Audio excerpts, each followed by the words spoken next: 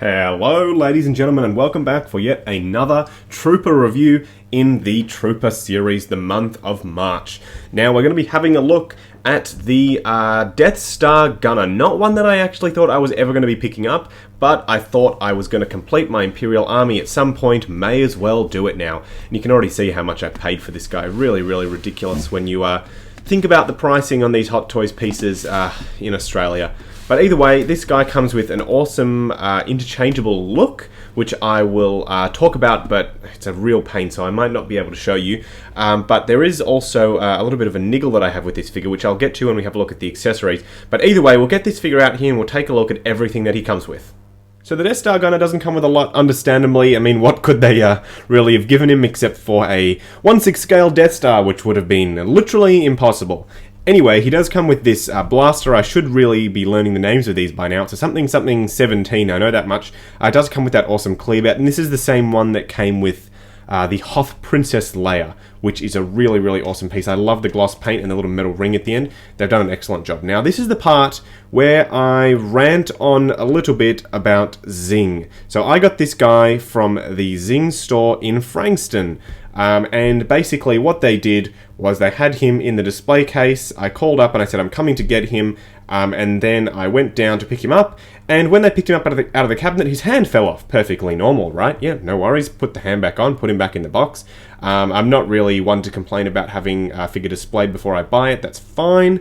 But this is where I do complain. One of these flew off into the distance, and I obviously didn't know at the time until I got home later and unboxed the figure. And of course, he was only wearing one of these, so I quickly and frantically called up the store saying, hello, do you have my little cuff piece? And they said, oh no, I don't see it anywhere. Oh wait, I see it, it's on the floor. So they managed to find it on the floor. So I said, no worries, just send it out to me. I'll reimburse you for the shipping, no worries. And they said, no, we cannot do that.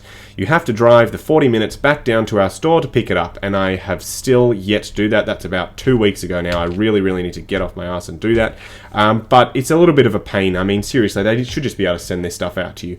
Anyway, that's my rant over. You can see that the Mickey Mouse style gloves with the 3 stripes on the back there are really, really well done. They just look like leather gloves. They're one solid plastic piece, which is good.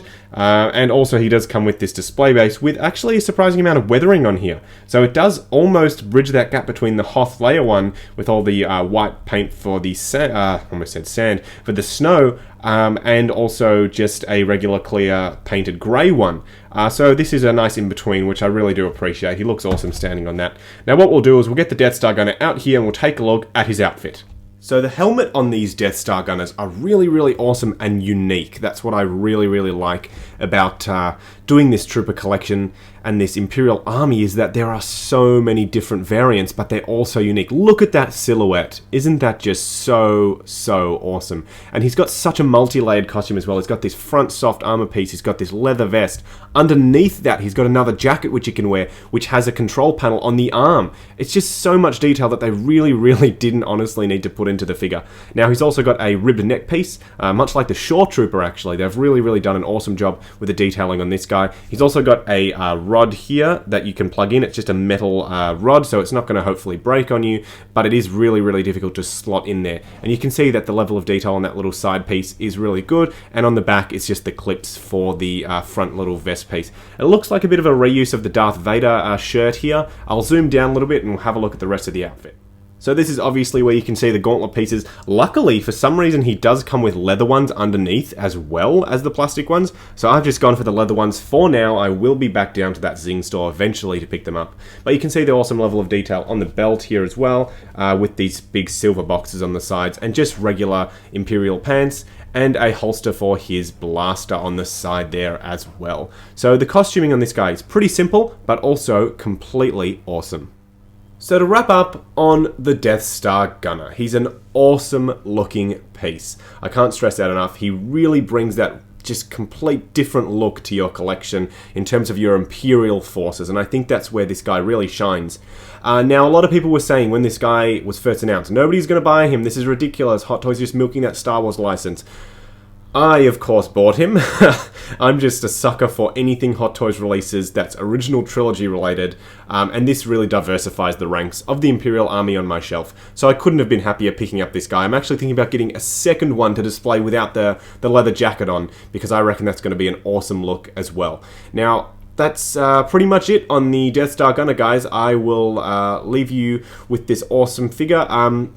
If you can find him for a decent price, less than $328 I paid for this guy, definitely grab him. He's not worth $328. He's worth around the $150 to $250 mark, I'd say. If you can find one loose or in box with accessories for that price, go for it.